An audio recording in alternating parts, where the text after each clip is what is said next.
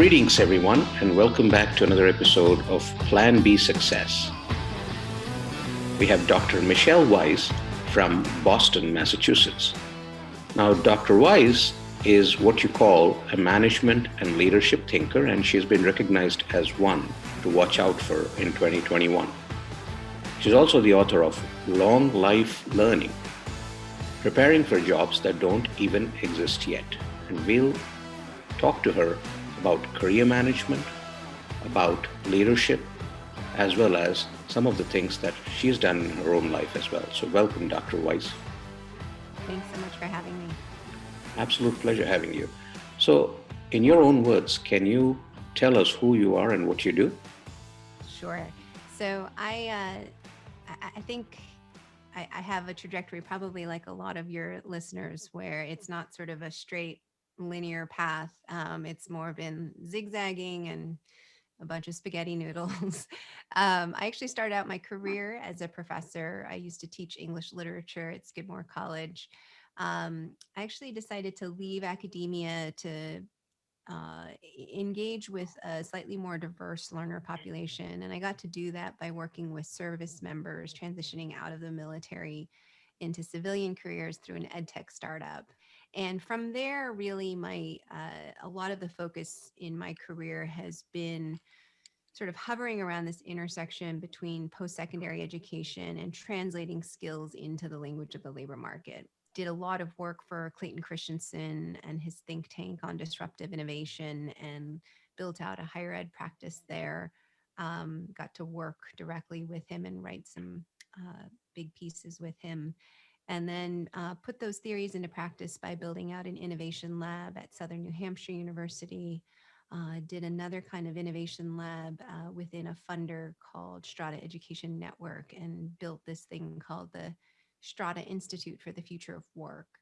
And from there have worked in advisory roles. I'm most currently at Imaginable Futures, which is a venture of the Omidyar Group. Awesome. So, when we talk about future of work, I think we're right at the cusp of seeing the changes really accelerate, especially during the last 1 year. What is the future of work in your mind? Yeah, it's something that I devoted this book called Long Life Learning to. For me, the future of work is about the future of workers. Less important to me is sort of the prognostications about, automation and job obsolescence, but really kind of thinking about our future as all of us contend with this longer, more turbulent work life. So thinking about the future of workers, but also noticing how inextricably tied the future of work is to the future of education. I think we tend to sort of separate them as different challenges to think deliberately about, but really, when you think about a longer work life, you are inevitably then sort of snapped into thinking about how in the world are we going to engage in more seamless on and off ramps in and out of learning and work, because just getting a 2-year degree or a 4-year degree on the front end of a longer life or a longer work life just doesn't seem adequate. So what will that look like? And so that's the way I kind of think about the future of work is how do we begin designing now for a better functioning ecosystem in which we can all move a little bit more easily as we have to navigate more job changes than we ever dreamed of. So when we look at, the evolution of higher education, for instance, right? So there was a period of time, let's say about 30 odd years ago, where, I come from India, and India is basically a country where it's very competitive. You cannot dream of finishing your education without a master's degree at a minimum. And engineering and medicine were the two routes that were touted upon at any given point in time. If you want a secure career, these are the things that you need to follow. And we are here today, several years later, where there are people questioning the validity or the relevance of education as such. There's a whole school of thought that believes that you don't really need to go to college, versus there's another school of thought that believes that except for certain professional degrees, or if you want to become a doctor, perhaps you need to go get educated. But if you're in the business of making money, really serving others, and you're not threatening their life, you don't need to. So there's that big big gap in terms of thinking about education. And when it comes to work too, holding a job versus the gig economy, there's changes happening there too. What are your thoughts around that?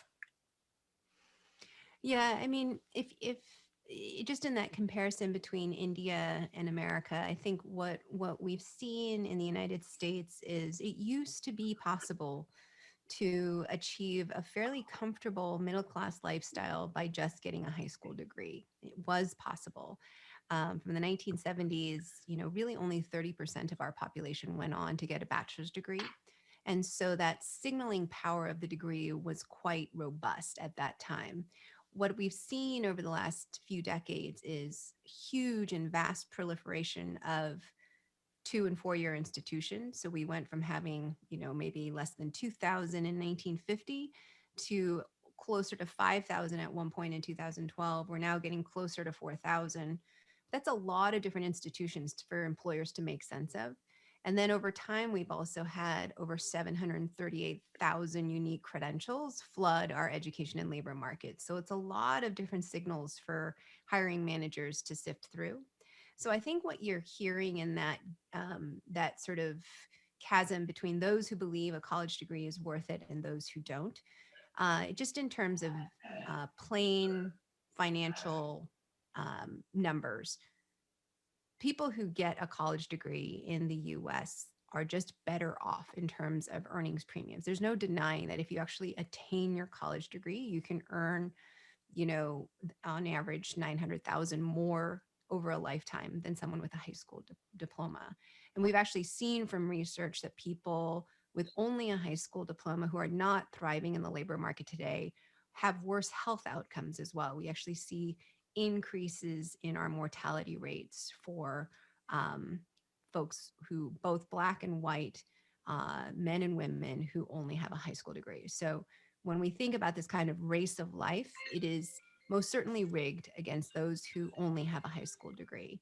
When we think about sort of the college going learner population, I think what we're noticing too is the reason why there's a question on that kind of ROI of a degree is because employers keep demanding higher and bigger credentials for jobs that never really required a college degree in the first place, because they're starting to realize, oh, by just requiring a degree, I'm actually not getting exactly the talent that I need.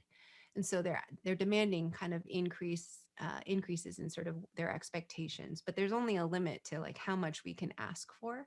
And so that's why as you kind of listen to the conversations today, there's really kind of an interest in things like skills based hiring. People want to get sort of really granular and discrete about skills because we're not getting precisely the talent that we need. So the conversation has kind of shifted depending on sort of which population you're looking at it from. But this is kind of the evolution we've seen so far.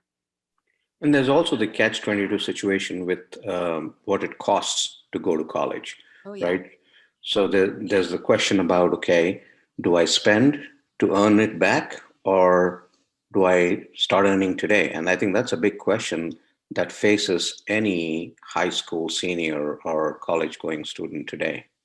Yeah, absolutely. And so that's where you see some really interesting innovations occurring in things like income share agreements, where if an institution is really 100% sure that the outcomes of their programs are going to benefit their learners, they can put a little bit of skin in the game and defer tuition payments and say, I believe in the outcomes of this program. So when this person graduates, that is when I will be paid back. So there's different kinds of innovations going on in terms of how we finance this.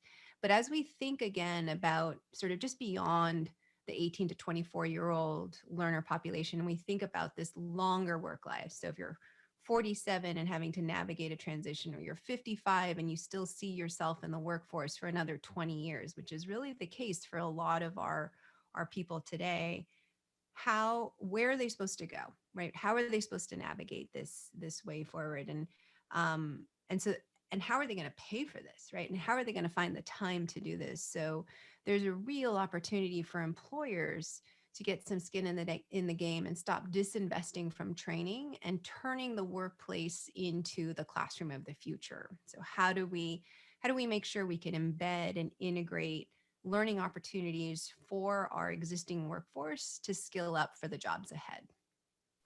What are your thoughts about something like education or health being a business? uh, Education is a business.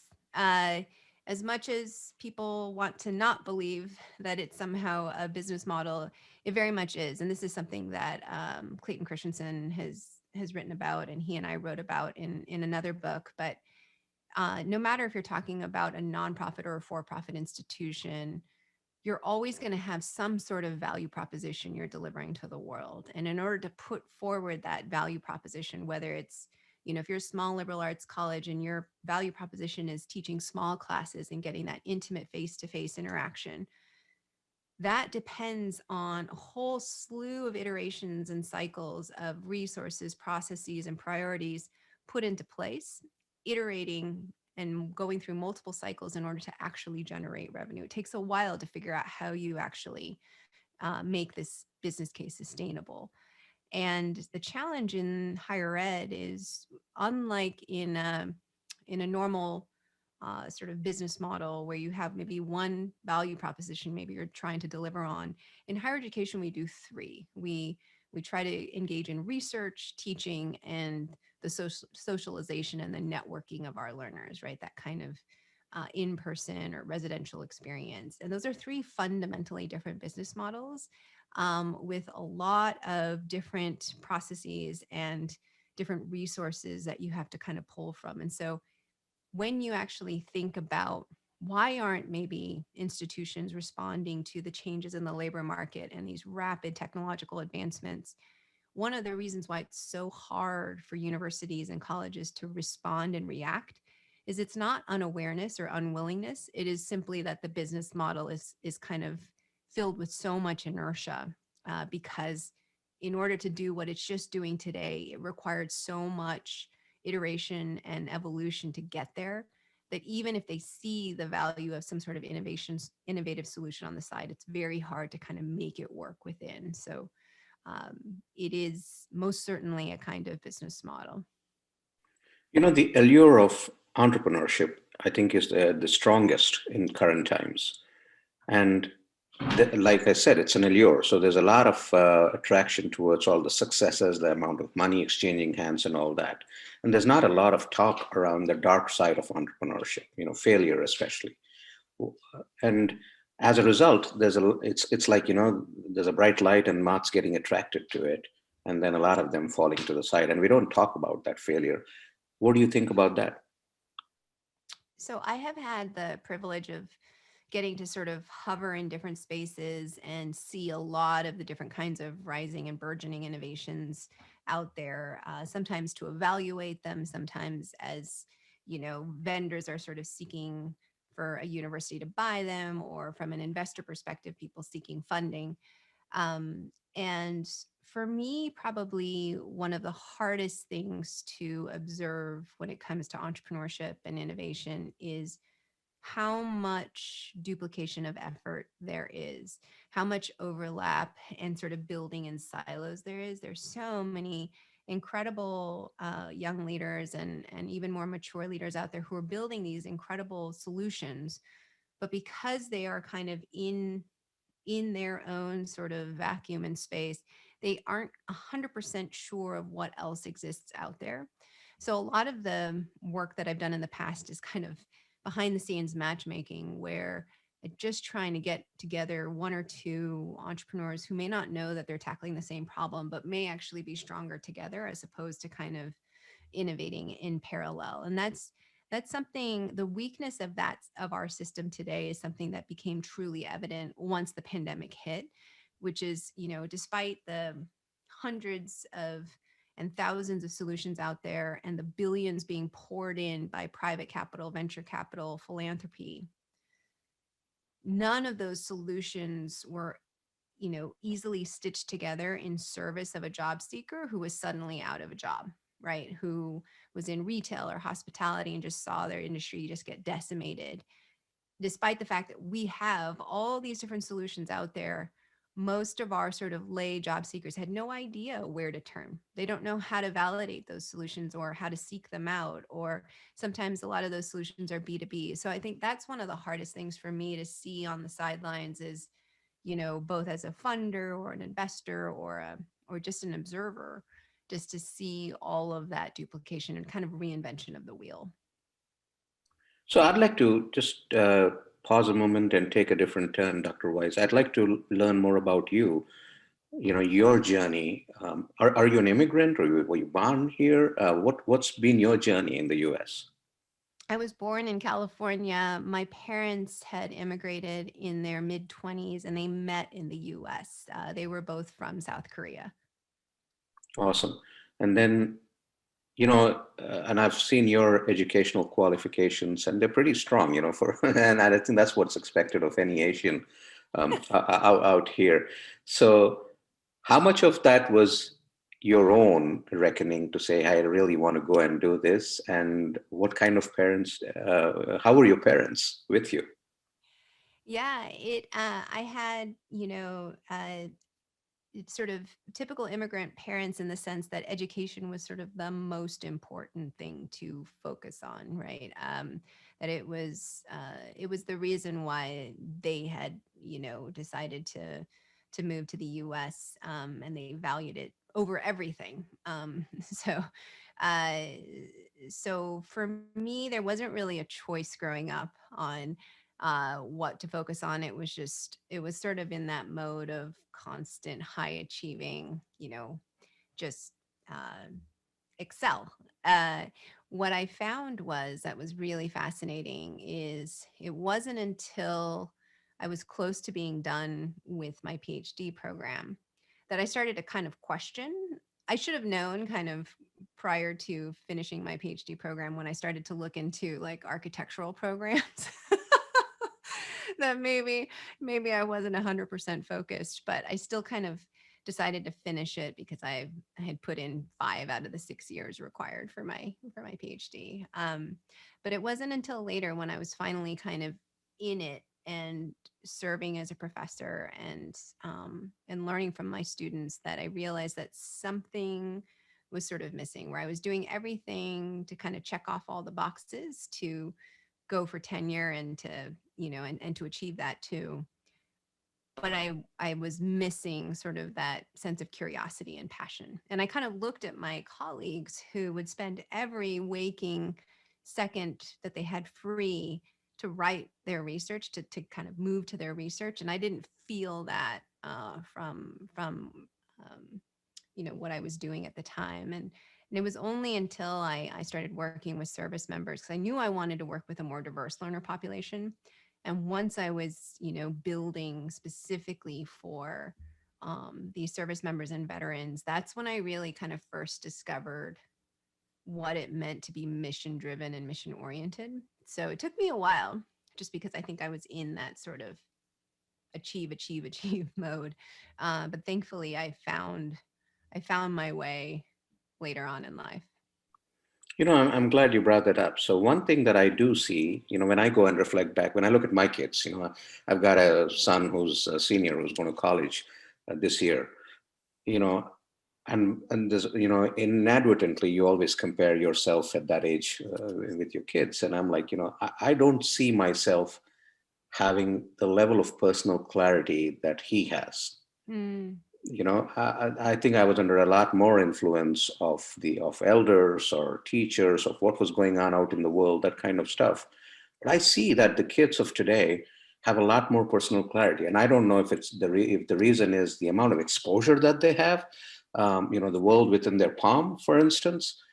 But it's very different now. Is that something that you see with youngsters?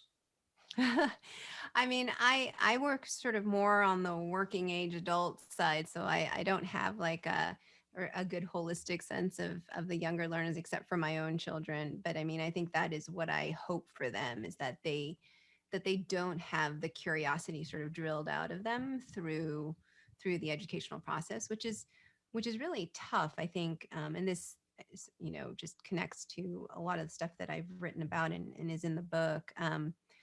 As we think about the structures that we need to build and cultivate really great problem solvers, and to cultivate this kind of curiosity and nimble way of thinking, it has to start from the earliest ages, from pre-K onward, but especially within higher education, we do need to stop thinking about just sort of content delivery, because every learner does have access to a cell phone or some sort of device that can give them just the the direct sort of answer.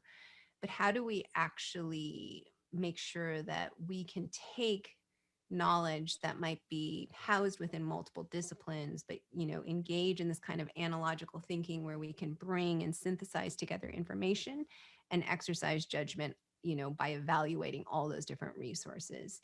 So I think that is the real key as we think about, as I look at my kids and how they're sort of moving through the day, especially through remote learning today. you know all of our incentives are based around kind of time and seats, credit hours, right? It's we're not actually measuring learning in the way that we need to cultivate those thinkers for the future. And I really hope that we can really sort of, it's that Sir Ken Robinson TED Talk is like, how do we make sure we are not sort of crushing all of those natural beautiful instincts out of them as they kind of move through the learning process. Absolutely. So, what all do you do under the Rise and Design umbrella? Oh, so that is my just personal sort of set of services. I do a fair amount of speaking and consulting services on the side. But I also serve as a senior advisor to multiple groups right now. Awesome. So, let's talk about your book. What is it about and where can people find it? Sure. It's called Long Life Learning: Preparing for Jobs That Don't Even Exist Yet, and it's available on every book website, book retailer website. So you can get it on Amazon, Barnes and Noble. But my publisher was Wiley, and the book is really about,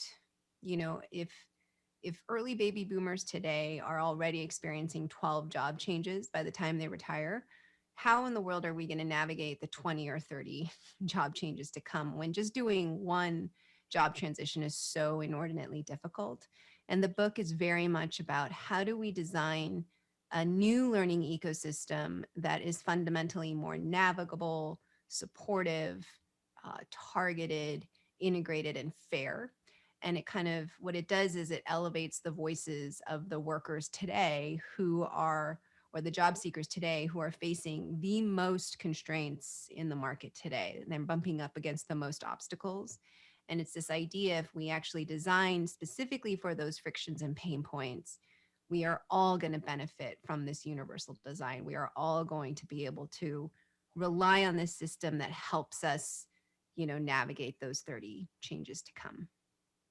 There's this talk about people in there, let's say, who are 50 or 45 and 50 and above, and they're at the peak of their career.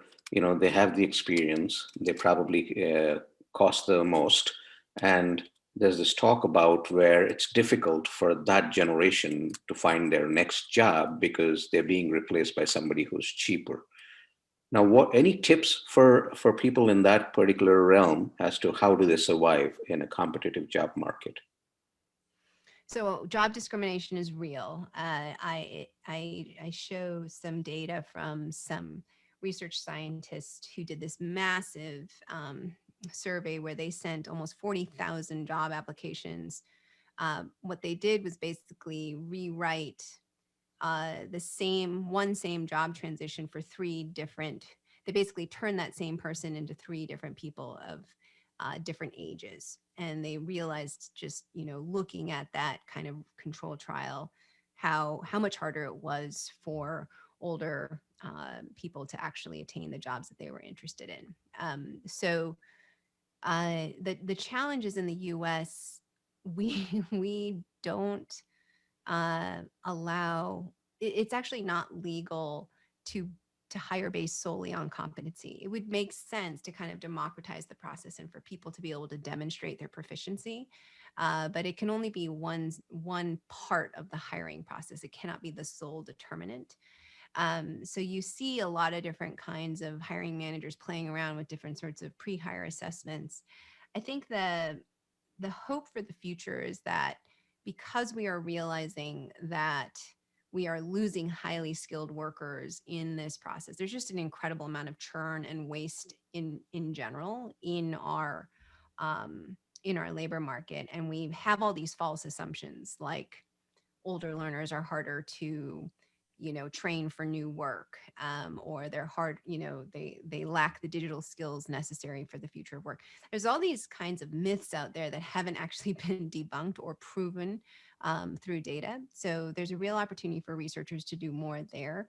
But in the meantime, for the workers who are finding themselves kind of butting up against these challenges, I think when we look at the innovations out there, some of the most promising ones are around different kinds of apprenticeship models, where it's almost like these try before you buy models, where employers get to try out these people to sort of see, do these people actually have the skills that I need, and they're getting exposed to a talent pool that normally might come from backgrounds or colleges that they normally would overlook.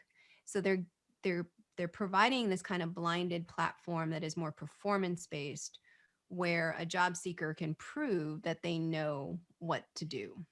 So the things that kind of get me excited are some of these different kinds of hiring platforms that are trying to blind the process. They're removing people's last names. They're removing the schools they went to. They're removing the years of experience, and just making it about the work. And it gives the employer that perspective of and that insight into, oh my gosh, why wouldn't I hire this person? Because they do it's high level of quality. They can actually tell by the task that this person can do the job. So those are the things to look out for, and I kind of walk through a couple of those different options in the book. Awesome.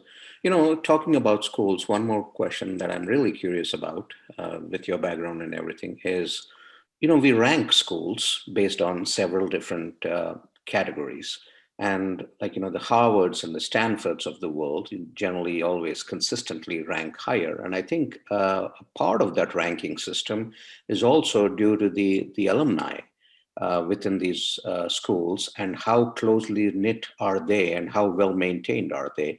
And for some of the lower level schools, my experience has been, I haven't seen that kind of close knit alumni organizations where, you could have somebody graduating from a top tier school and going out, and if they find somebody who's been to the same school, let's say even 30 years ago, they stand a better chance of landing a gig or a job.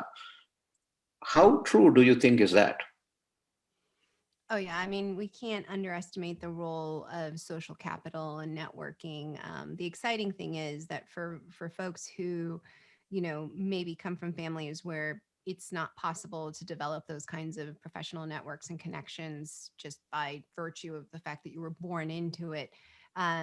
There are these really innovative programs like Climb Hire and Co-op and Project Basta and Braven, where they are trying to help first gen learners, minority learners really build up their social capital and understand how and when they can leverage their connections, because this is a practice that is sort of tacitly assumed for more affluent families, or it's kind of built into the culture, whereas for younger or sort of more underestimated groups, this is something you have to learn and practice. So Climb Hire is an example. The CEO realized from LinkedIn data that you're 9 times more likely to get a job through a referral. And so what she's actually done is built in referrals into her educational process. So as learners start to learn the skills to be a Salesforce administrator, which these are well-paying kind of middle skills career pathways, once they land a job at a certain company, it is on them to make sure they pull along other people from the same, from their same group, within Climb Hire, different cohorts that they refer people into their company. That is kind of built into the process, that they have to kind of lift up and pull up other people. So social capital is deeply kind of critical.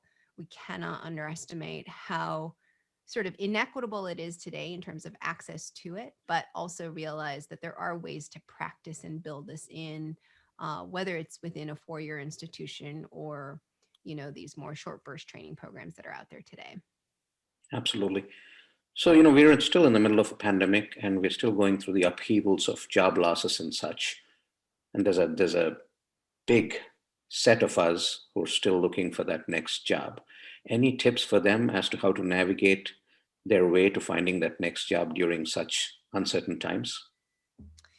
Yeah, it's really hard right now because the onus is on the individual job seeker to navigate this, and it really that burden really needs to shift to state and federal infrastructure as well, because we actually have the data out there that can help people transfer skills from one domain to another. So I wrote a piece as an example for the Harvard Business Review where you can actually stitch together data and show how people have moved out of retail in the past by acquiring certain skills and moved on to really great earnings opportunities. But we make this so not transparent for people. We just make this so difficult to navigate.